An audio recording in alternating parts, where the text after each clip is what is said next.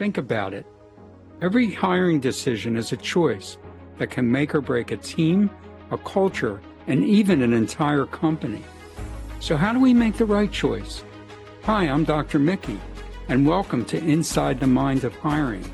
Here we'll uncover the psychology and strategy behind effective hiring. Because the right fit isn't just about skill or experience. It's about understanding people, their motivations, their strengths, and the shadows of their shortcomings. Together, we'll tackle the tough questions. How do we look beyond bias? How do we find the qualities that make people not just qualified hires, but the right hires? This is about identifying leaders who drive success, lift morale, and actualize a company's vision. Inside the Mind of Hiring starts now. Welcome, everyone, to our show, Inside the Mind of Hiring. And my great host, Dr. Pat Baccili. And our episode today is Between a Rock and a Hard Place. Managers in the middle. We're talking about managers in the middle, and we're honoring them today with this show. So if you're in there, you're working right now, we're going to cater to you, and we're going to give you a little empathy and understanding. If you're seeking a middle management role and or working, we're catering to you as well. We're going to give you some support and understanding today. And I look forward to that. Yeah. So you're a middle manager, let's say, reporting to a senior executive or perhaps a director. You have 4 direct reports and perhaps several indirect reporting people. And you've got your share of peers who are hanging around in other departments. So what are your challenges? You might know them, but I'm sure you know them, but I'm going to maybe even add a little more perspective to those. What kinds of people tend to succeed as middle managers? And how can their executive bosses help them be successful? And of course, how can you best promote yourself, as a middle manager if you're a job seeker? So we're going to hit all that stuff. Middle managers today are squeezed by a combination of executive pressure, their team needs, and cross-functional complexity. The biggest challenge is often not one task or job, but the constant need to translate strategy into tactical execution while influencing people that you don't directly control. A lot of that don't control stuff that you have to be good at influencing around. Okay. So what do you think about that, Dr. Pat? So I think let's get out at the root of what we're talking about with manager in the middle. And let's just fast forward to June of this year, because part of this is understanding what the problems were a decade ago or more, which we'll talk about today. But there's a dynamic now that's causing more of a problem, and here's what it is. There's an article out there that says everyone wants to kill the middle manager role. That is the article. The data says don't do it. Now, if you're watching trends, no, I'm not kidding. If you're watching trends that are out there, but you don't have to be. If you're a middle manager, you see it.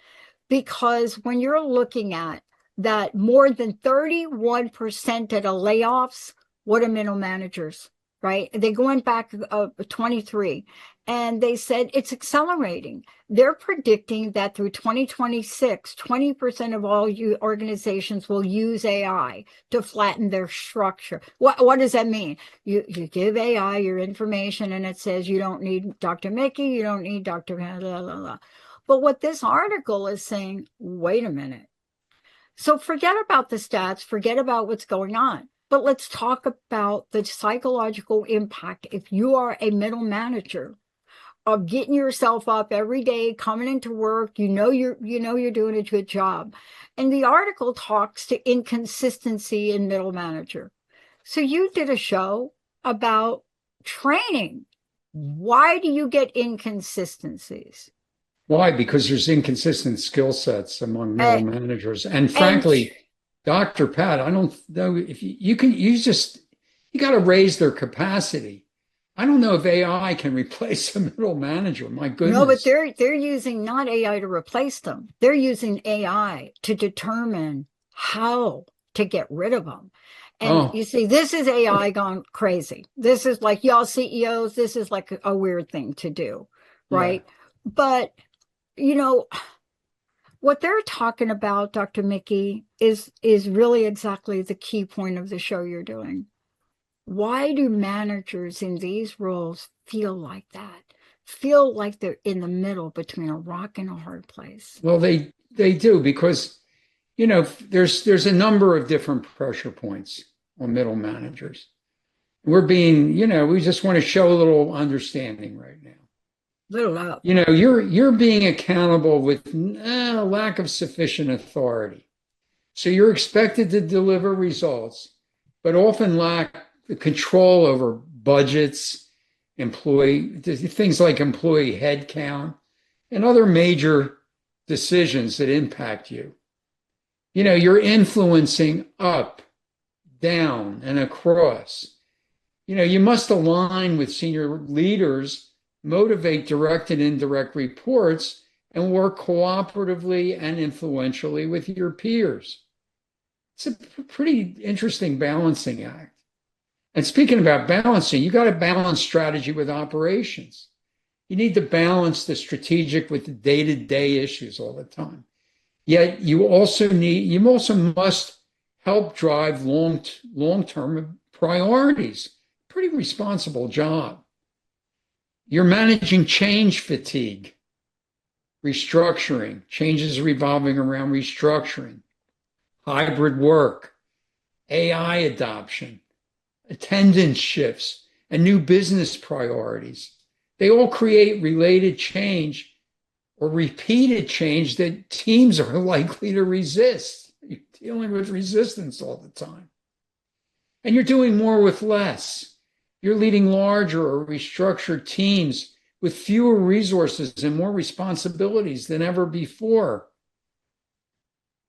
There's burnout and rollover load. Middle managers frequently act as both problem solvers and pressure carriers, which makes the role emotionally and mentally challenging and draining. Like you're right, Dr. Pat, middle managers do sit between a rock and a hard place. Senior executives want speed, they want consistency, they want execution, they demand those things.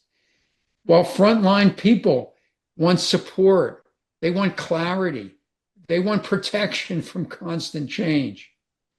Peers want cooperation and shared resources, and sometimes they don't want to share resources themselves. They don't want to share resources themselves. So the mid-manager often becomes the shock absorber for all this stuff. It's crazy. I know. When you think And about it. now the number one benchmark for measuring the effectiveness is employee engagement. It is now the number one benchmark, the baseline. And so when you look at that baseline, when you get these models, I don't care if it's an AI model or you hire a consulting firm and they Right. look at your structure, they go after the middle manager. But part of this, right?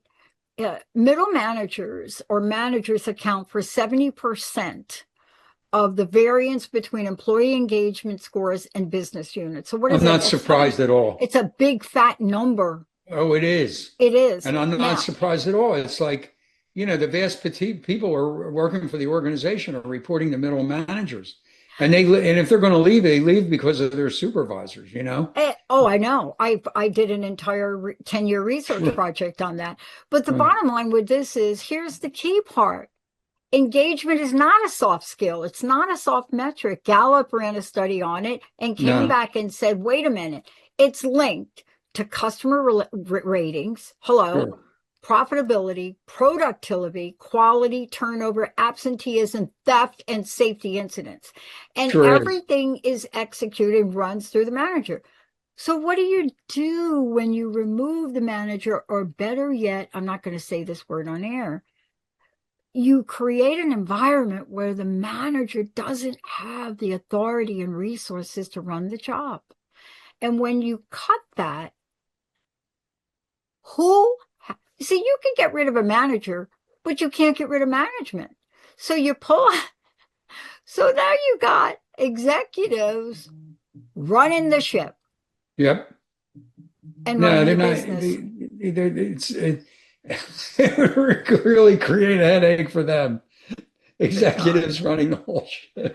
You're talking about an absolutely flat organization.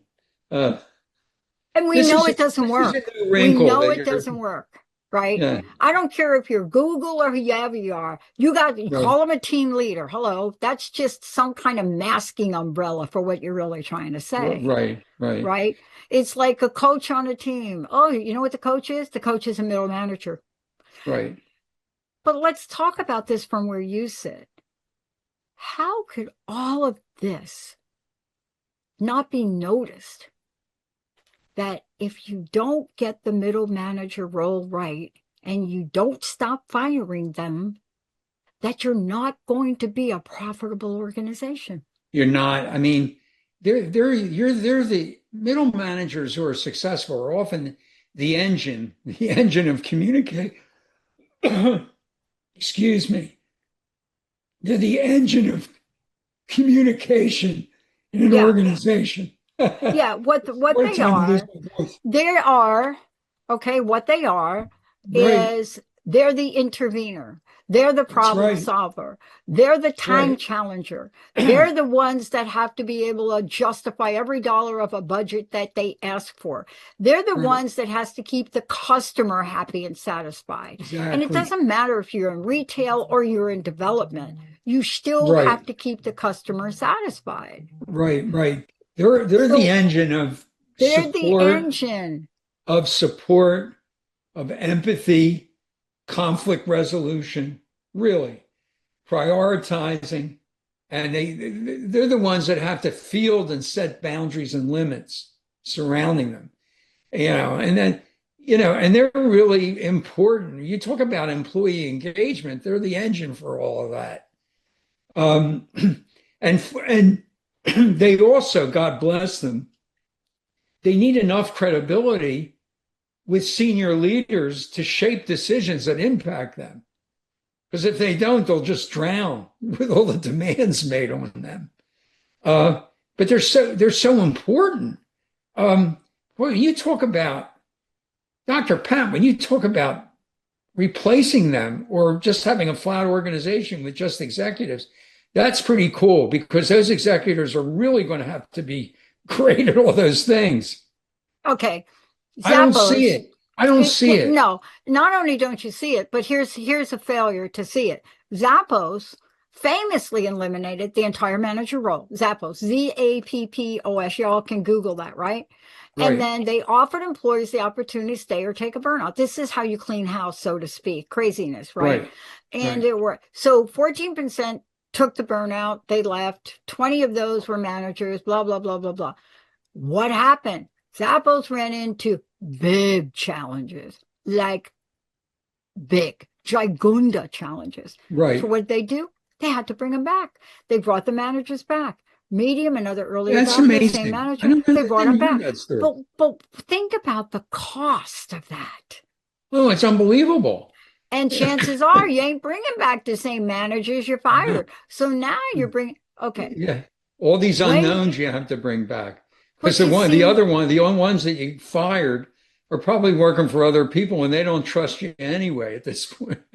it's interesting because you're the one that brings candidates to organizations, Dr. Mickey. Right, right. And so when you do that, I'm shocked by how many of them don't ask how their executive team treats their managers. You see, because that's got to be the question. Well, and it's really critical how executives treat their middle managers. I mean, we're talking about aiding and abetting and supporting. So, executives, wake up here. You have to make sure that you have the fewest possible priorities and the clearest priorities. I mean, come on now. You have to maximize their autonomy, those middle managers. You have to let them make staffing and work sequencing decisions and other important tactical decisions. Let them do it. Um, Minimize or remove low value work. Get out of this unnecessary reporting and approvals for middle managers. Get out of that. Let them get out of the administrivia that interferes with their capacity to coach and manage priorities. I mean, foster two-way communication with them. You got to get belly to belly with your middle managers on a one-to-one basis to let them raise and resolve concerns without fear, for crying out loud. Yeah. Get them involved in strategic changes or shifts early so that they can engage in planning and shaping implementation, not just absorb all of it. And Yeah. invest in their development, their coaching. Help them develop skills at negotiating, conflict resolution, prioritization skills. They really do need that nurturing, and recognize and sponsor them. Give them the Yiddish word, kuvit. Give them visible and public recognition and appreciation. That feeds their machines, that makes them viable. And let them give them and work with them to establish a realistic career path. Perhaps maybe a way out of that middle management role someday, and some mentorship. Give them some mentorship. Yeah. Wow. I mean, this is it. I mean, I was reading the article and, and let's just take a look at this for a minute, because when you take a look at Everybody Wants to Kill It, the article is by Ashley Hurd. And if you read the article, it's not a very long article, but it's jam-packed. And one of the things that Leslie brings to the forefront is, and you too, Dr. Mickey, you know this, that what Leslie says is what she says. She says, I've sat in and heard about enough exit interviews to tell you what employees actually say when they leave. Not only is this true, but you reference my research using Cotter as a beginning point, but the Right, bottom line is this right. all agrees. It's consistent for decades. Time, industry, technology has not changed this. But she goes on to say, all right, exit interview. Well, Dr. Mickey, nobody told me what was expected. Well, and I didn't feel like I mattered. I had no idea if I was doing a good job or about to get fired. Oh, Can you right, imagine? I mean, I'm not even talking about the job insecurity research I did, right, right. but this is not, one of my colleagues calls it manager in the muddle. Ah, That's what perfect. her article calls it. Yeah, yeah. Medical, and it's around our psychological contracts, because that's what it is. Right. But how can you have an agreement with your superiors if you don't know what you should be doing, Dr. Mickey? Oh, well, like I said, clarity of expectations, the fewest possible priorities that are clear. They need to know what their expectations are. And they need a modicum of help and support to reach them, you know. But they should be the right people coming into these roles, because they really are demanding positions, and they really do. I shouldn't say about women, but for men, they really do put hair on your chest if you're a guy, and some character in your belly if you're a woman. So Well, I mean, okay, to your point, let me get at it then. Because what is showing up in behavior? You and I love behavior, don't we? We love to talk about that. sure, But what's going at? What are team members actually going through? Don't look at the spreadsheet, don't look at the R chart, but let's look at engagement. So let's give people a few examples. The high performer who used to say, like, just returned from maternity. hmm, There she is. What is she doing? She is nursing in the parking lot between meetings and is convinced she's now failing at her job. All right. Another team member who, not so great news about a biopsy for the mom. Found that out last Tuesday. Didn't share the news. He just showed up 9 a.m. at a Zoom meeting with his camera off. Why? Because he's bawling his eyes out. The team member who quietly tried to hold it together because her closet work friend just got laid off. Okay, Right. balancing all that. This is what's going on now. This is the real issue.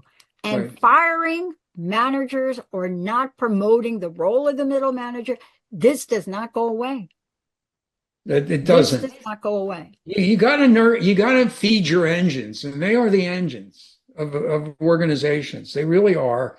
They're important. As somebody can convince me otherwise, my ears are wide open and my eyes are wide open.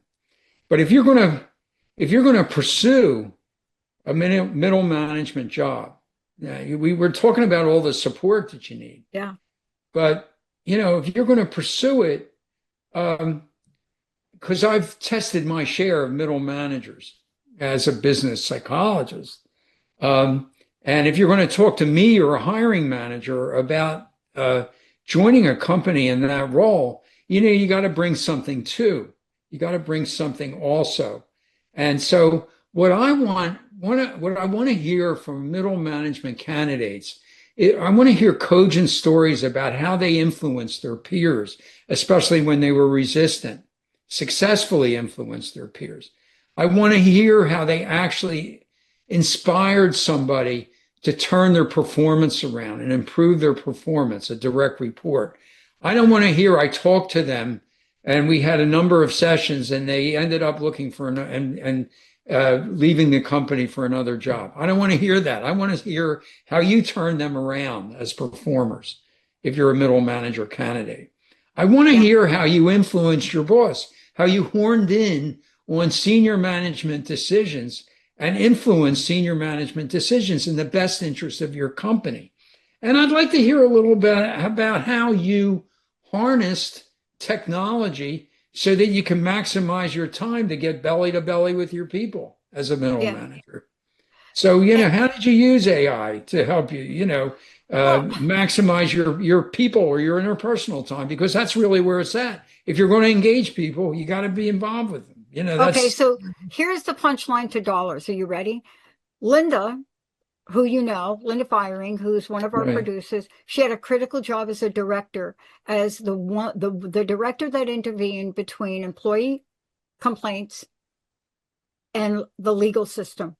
Right. And so I'm going to give you what a middle manager does, that when you remove them or you dismember them in a minute, AI cannot do this. A manager who can read the room and have a hard conversation with somebody, Dr. Mickey, can prevent a lawsuit, right? And we have seen them. I've seen them. We've seen them. Nobody ever actually told me that her performance was a problem. Okay, lawsuit number one. Right. A manager has to give clear feedback.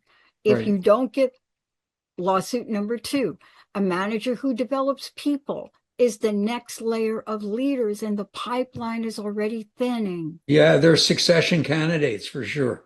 They're succession candidates. This is a big conversation, but thanks to you, it's an argument for companies to really start to rethink what they're doing to the role of manager.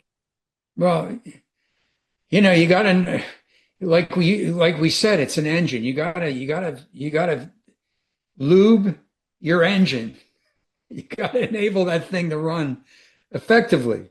If you don't, it's going to burn out. It's not going to function very well. And this is to your point and the job you do. Gallup research also said companies that miss the mark on hiring managerial talent, 82% of their hiring decisions stink. And what they're saying is it's not about reducing it, it's about hiring the right people. That is to promote the contributors. So this is what we're talking about. And this is the body of work you do.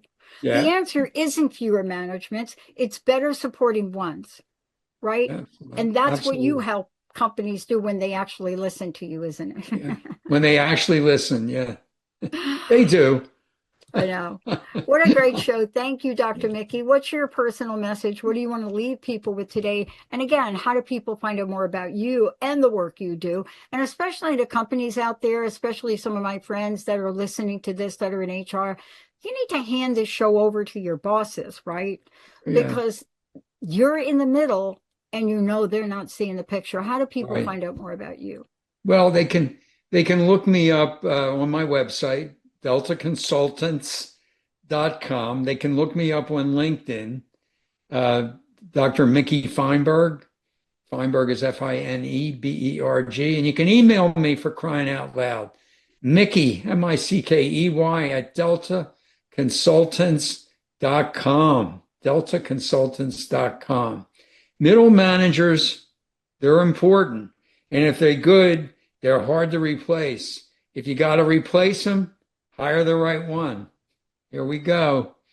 And to They're all of really my HR critical. friends that are listening to this show, you need to have the courage to talk about this. Thank you, Dr. Mickey. You Thank you all got for it. tuning us in and turning us on. And remember, getting rid of the managers does not get rid of accountability. And I'm Doesn't get rid telling of the you, if problem. you're an executive in a company, you are Yeah, not able to do that managerial role. However, you don't want to do that role. right. You've been there, done that.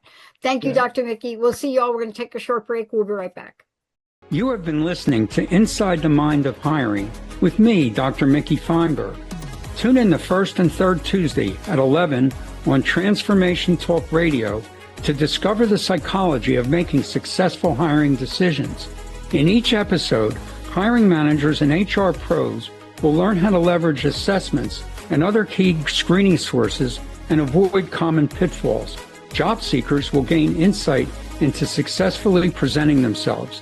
For more information on assessing people for mission-critical jobs and on career assessment and coaching, visit deltaconsultants.com and my LinkedIn profile. If you'd like to write me personally, it's Mickey, Mickey, at deltaconsultants.com.